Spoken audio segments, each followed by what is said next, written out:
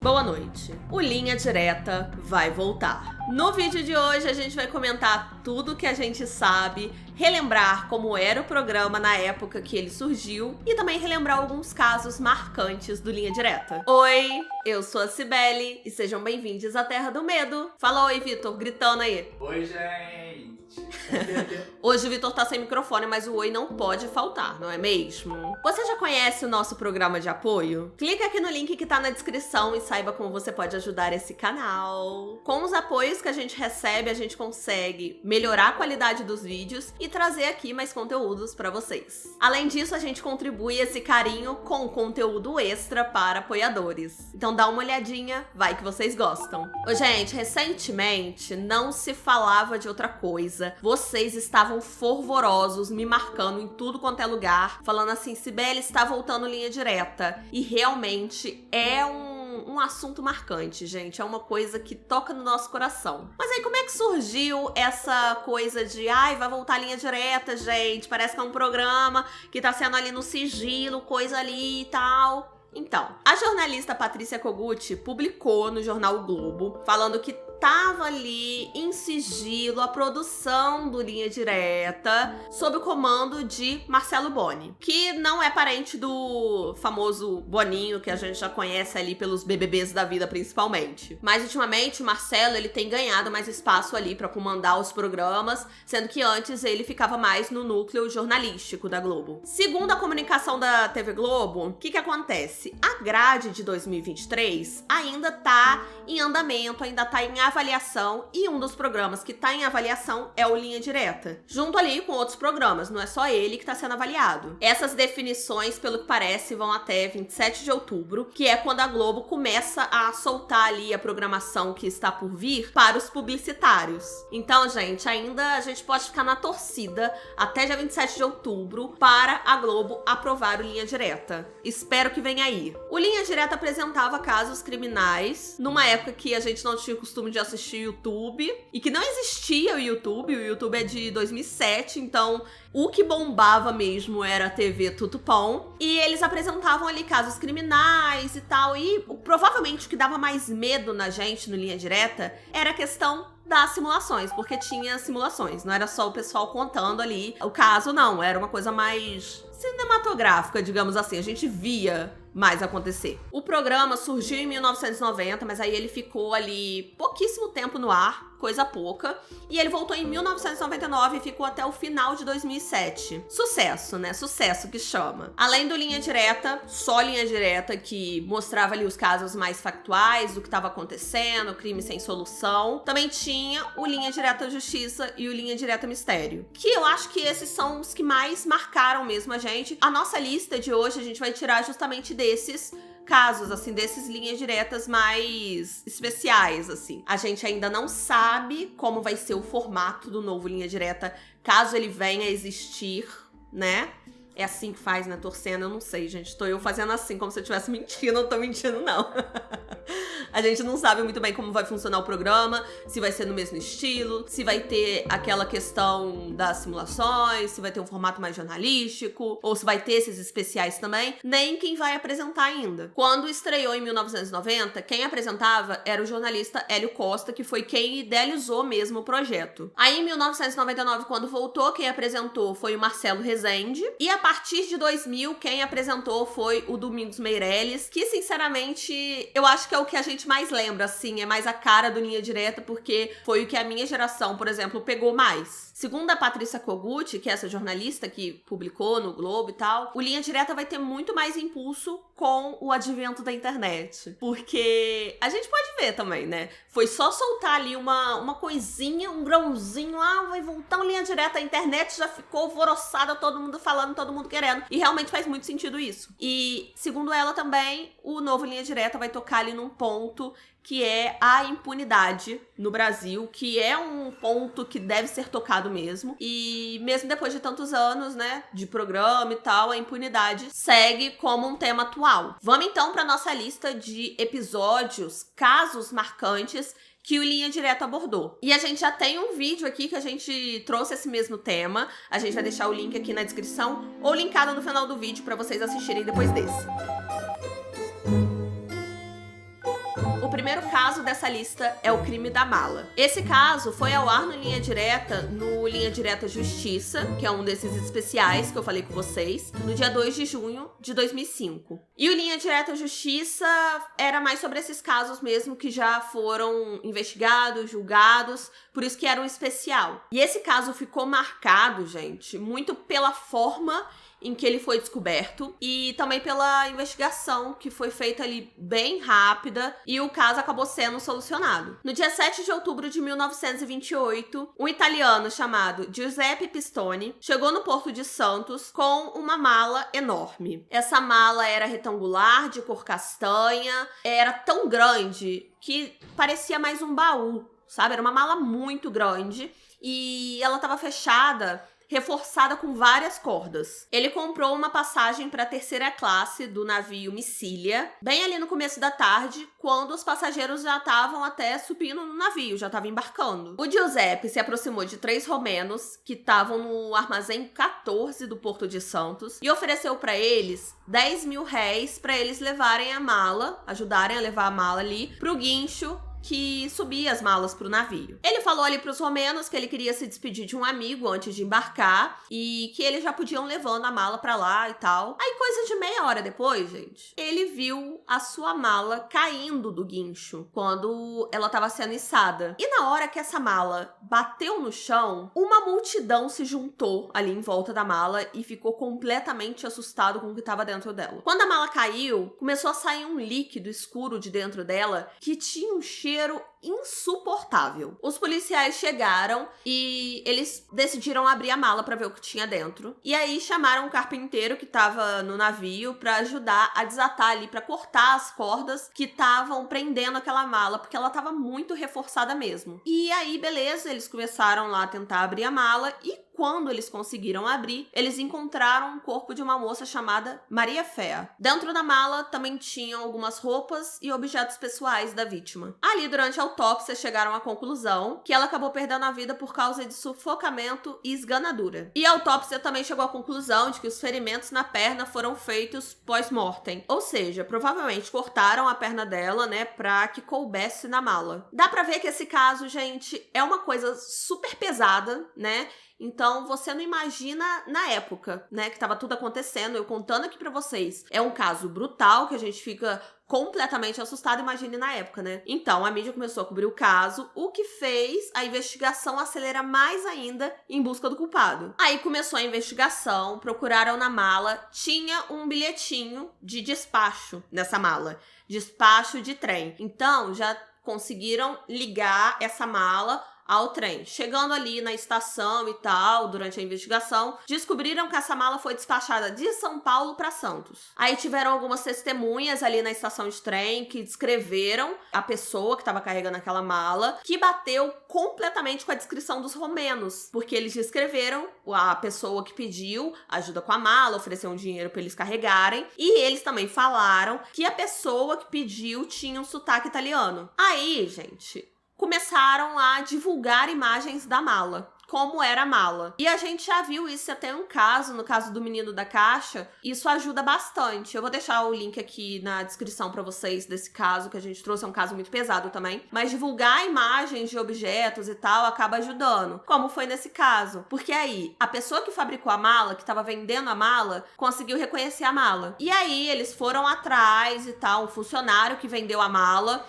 informou pra polícia ali o endereço que essa mala tinha sido pedida. Tipo, eles iam entregar nesse endereço, essa mala. Então, o vendedor da mala tinha o endereço da pessoa que comprou a mala. A polícia foi até o local, a esse endereço, e aí chegou lá, descobriram que realmente morava um casal naquela casa, e eles descobriram o nome do suspeito, né? Giuseppe, e as pessoas descrevendo a esposa do Giuseppe, a polícia chegou à conclusão que tudo batia com a descrição do corpo que eles encontraram na mala. Os policiais permaneceram ali, fazendo guarda, até que o Giuseppe chegou. Nisso que chegou, já era, meu filho, foi pego. Na delegacia começa aquela sessão de interrogatórios e ele acabou confessando o crime. E a motivação, ele disse que foi por uma suposta traição da Maria. Só que a proprietária do imóvel tinha dito que não tinha como a Maria ter traído ele, pelo menos não naquele dia que ele falou, porque no dia da suposta traição, a Maria estava na casa dela. O casal de proprietários, inclusive, disse que um dia estava ouvindo o Giuseppe e a Maria discutindo, daí eles ouviram um barulho muito alto, depois desse barulho, um completo silêncio. Depois desse dia, coincidentemente, eles não viram mais a Maria. Mas afinal, qual foi realmente a motivação para esse crime? A argentina Maria Fea estava casada há cerca de 1 ano com o Giuseppe, que era um negociante italiano. Os dois moravam com o dono de um negócio de vinho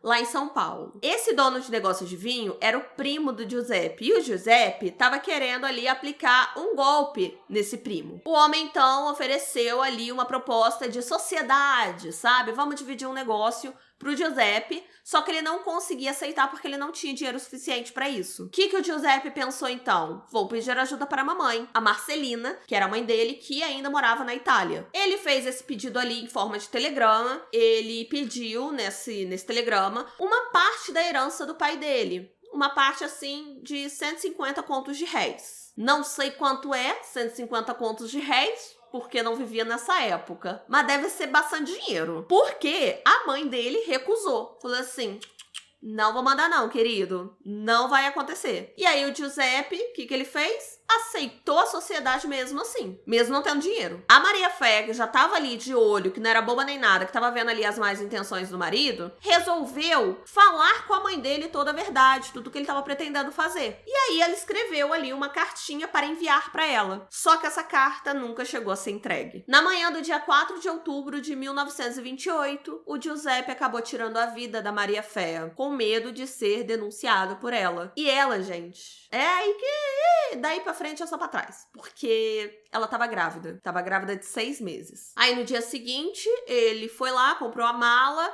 e pro corpo caber dentro da mala, ele cortou as pernas dela com uma navalha e aí colocou lá dentro, tacou pó de arroz pra disfarçar o cheiro e o resto da história vocês já sabem. Em 1931, quase 3 anos depois do crime, o Giuseppe foi condenado a 31 anos de prisão. Mas em 1944, ele acabou sendo beneficiado por um decreto ali do então presidente Getúlio Vargas, e ele foi solto em 1948. Como o vaso ruim não quebra, ele viveu ainda bastante tempo, se casou, ficou morando ali em Taubaté, teve uma vida tranquila e faleceu em 1956, aos 62 anos de idade. E agora deve estar habitando o inferno, porque é isso que eu desejo pra ele. Ah, gente, que ódio desse homem, pelo amor de Deus, a mulher tava grávida. Ah, esse caso me dá muita raiva. Caso você goste muito desse tema, e se você tá nesse vídeo, provavelmente você gosta de ouvir sobre linha direta e etc., dá uma conferidinha na nossa playlist do nosso podcast, ou então pode ir no Spotify, nas plataformas de podcast mesmo, que a gente tá numa temporada em aberto do Linha Direta e diz que vai voltar, gente. Vai voltar, Vitor? Diz que vai. Diz que. Se vocês quiserem pedirem bastante a volta do podcast ainda no tema Linha Direta, comenta aqui embaixo que a gente vai ouvir vocês clamando. Nossa, que prepotente. Vamos então pro próximo caso marcante. Outro caso bem marcante que o Linha Direta abordou foi o caso do Césio 137. Esse foi um dos maiores acidentes radiológicos em área urbana do mundo. E aconteceu aqui no nosso Brasilzão de meu Deus, infelizmente. Na cidade de Goiânia, em 1987. No dia 13 de setembro de 1987, Wagner Pereira e Roberto Alves, que eram 2 catadores de material, assim, de lixo, recolheram um material, uma peça de ferro, que estava num lugar que era um laboratório radiológico que estava abandonado. Era o Instituto Goiano de Radioterapia. Quando eles encontraram essa peça, para eles foi assim, um achado, porque na cabeça deles, nossa, a gente vai vender isso por um dinheiro bem bom, sabe? A maior parte desse Instituto de Radioterapia tinha sido demolido, os objetos tinham sido tirados, menos nessa sala, né? Nessa sala que eles acabaram encontrando esse aparelho, essa peça. No dia 18 de setembro, eles venderam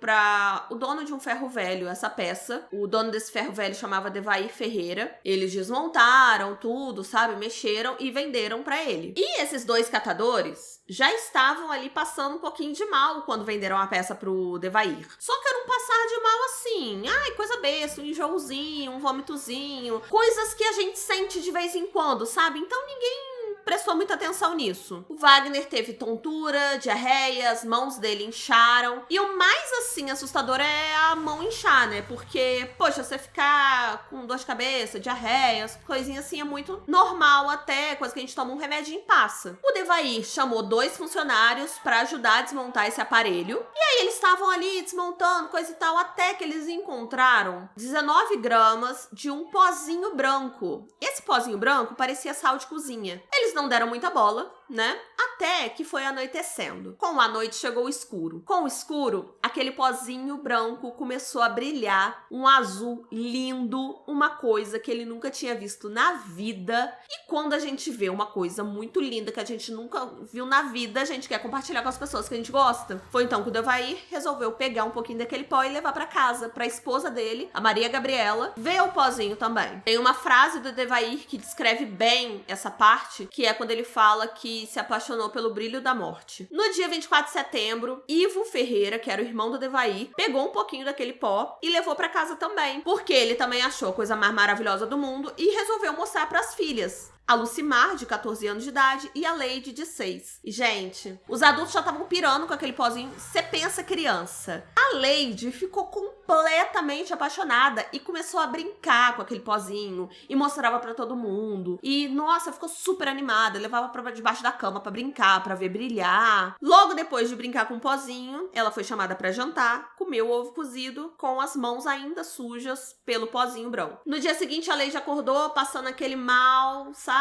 Mas aí é aquela coisa, gente, porque no começo tudo era muito parecido com qualquer coisa, por exemplo, infecção alimentar. Quando a gente tem uma infecção alimentar, a gente acorda meio troncho, a gente fica enjoado, o estômago fica ruim. Então pensaram isso, a Leide ficou com alguma coisinha, comeu alguma coisinha estragada e já ela tá zero bala. Só que várias pessoas que tiveram contato com aquele pozinho começaram a ter ali os mesmos sintomas, enjoo, vômito, diarreia, coisa e tal, porque foi uma coisa que foi espalhando mesmo, as pessoas foram espalhando esse pozinho ali pela região. E certo dia, Maria Gabriela, que é a esposa do Devair, o dono do Ferro Velho, pensou assim, gente, não é possível, tá todo mundo passando mal, a gente tem que levar pra vigilância sanitária esse pozinho pra saber o que tá acontecendo, o que é isso, porque todo mundo que entra em contato com isso acaba ficando doente. Então, foi ela e um funcionário do Ferro Velho até a vigilância sanitária entregar o pozinho e falar assim, olha, estamos tendo um problema com isso aqui, do que se trata. Mas eles não sabiam que era uma coisa assim tão perigosa, né, como hoje em dia a gente sabe. Então, eles pegaram, botaram aquilo num potinho, num saquinho,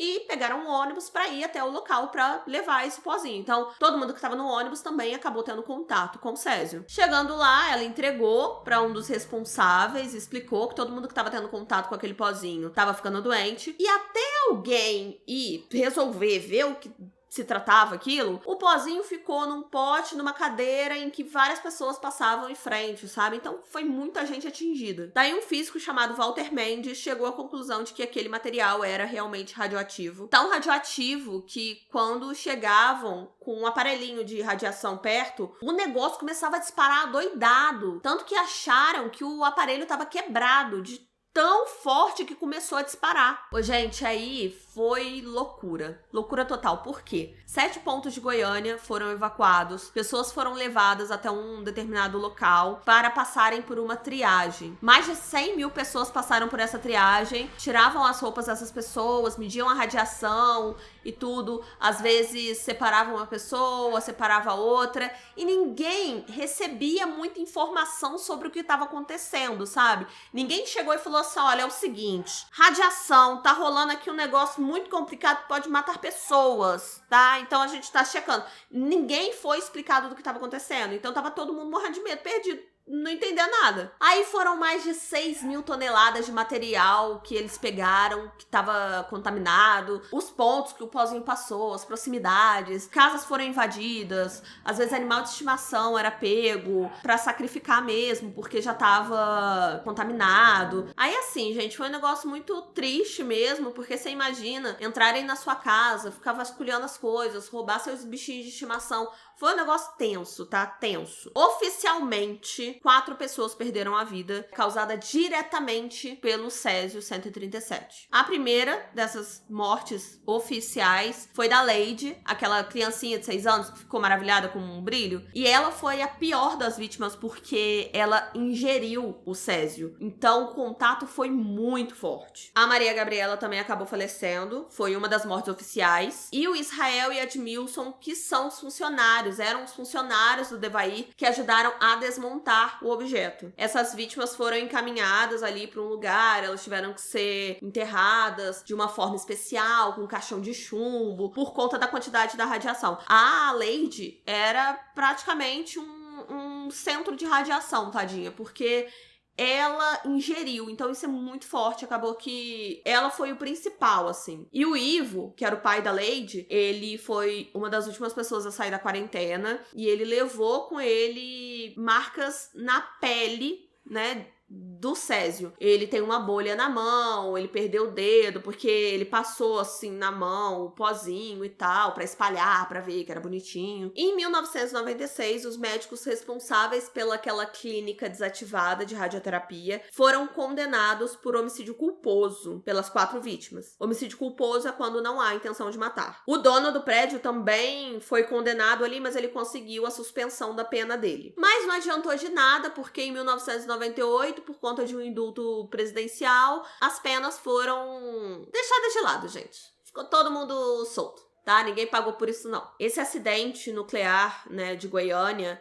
é considerado o segundo maior do mundo, perdendo apenas para a usina nuclear de Chernobyl. Então você pensa assim, foi um negócio muito forte, acabou que ninguém pagou por isso, porque, enfim, né, gente? Gente rica dificilmente paga pelas coisas. Tô me mostrando bastante revoltada nesse vídeo, preciso manter a calma. Se você quiser saber mais sobre esse caso, talvez me ver mais revoltada, já falamos sobre esse caso aqui na Terra do Medo, vamos deixar aqui na descrição pra vocês. E linkados também no final do vídeo. Tá bom? Então, tudo pau. Também é um outro caso que é cheio de detalhes, gente. Cheio de coisa que aconteceu.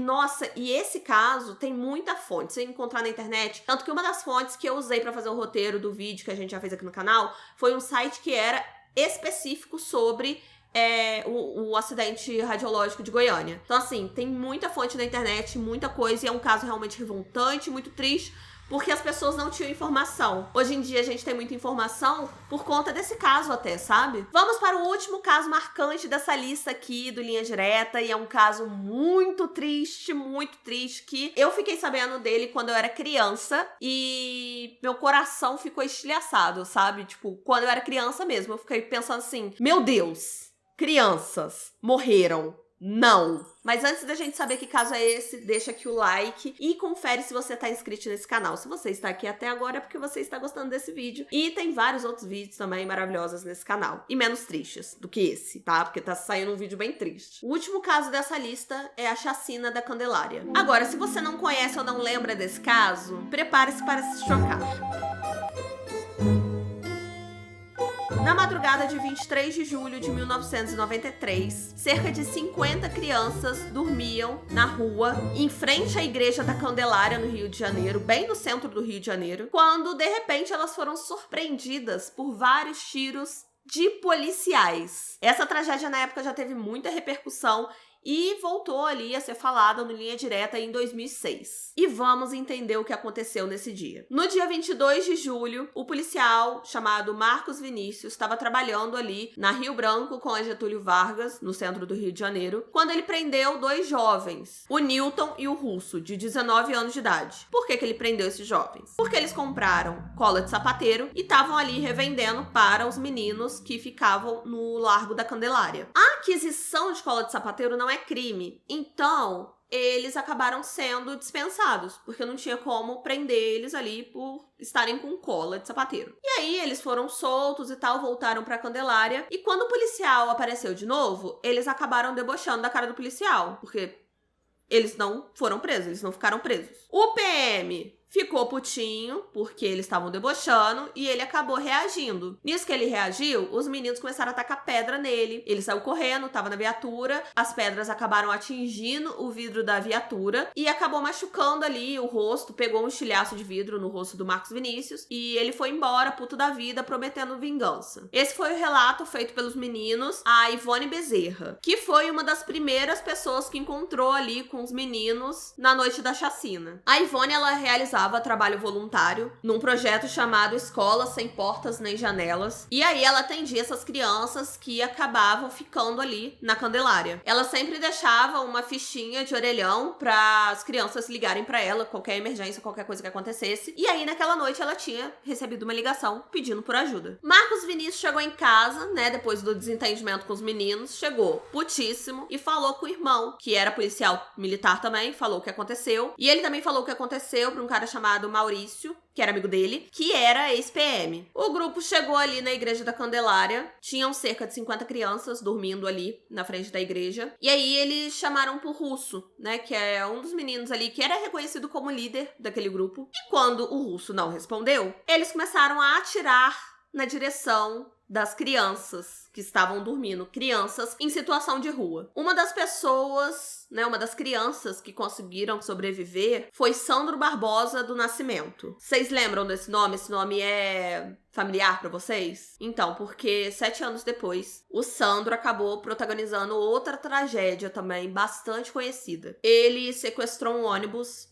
Aí ele não pretendia machucar ninguém do ônibus, assim, né? Pelos relatos das pessoas mesmo que estavam no ônibus. Mas ele acabou usando a professora Geissa como refém. E aí os policiais tentaram atirar nele enquanto a professora tava como refém do Sandro ali. Só que aí o policial acabou acertando a professora. E o Sandro acabou perdendo a vida dentro da viatura da polícia, asfixiado pela polícia. Outro sobrevivente foi o Wagner dos Santos, que levou 4 tiros, mas ele conseguiu sobreviver e foi uma das principais testemunhas de acusação. Em 1994, gente, ele sofreu um outro atentado. O Wagner passou a fazer parte da proteção de testemunhas, de vítimas e etc. E depois ele passou a viver na Suíça sob proteção do governo também. O inquérito chegou à conclusão ali que 6 policiais planejaram tudo, né, o atentado todo. 3 foram condenados, 2 absolvidos e 1 acabou falecendo durante a investigação. Marcos Vinícius, que é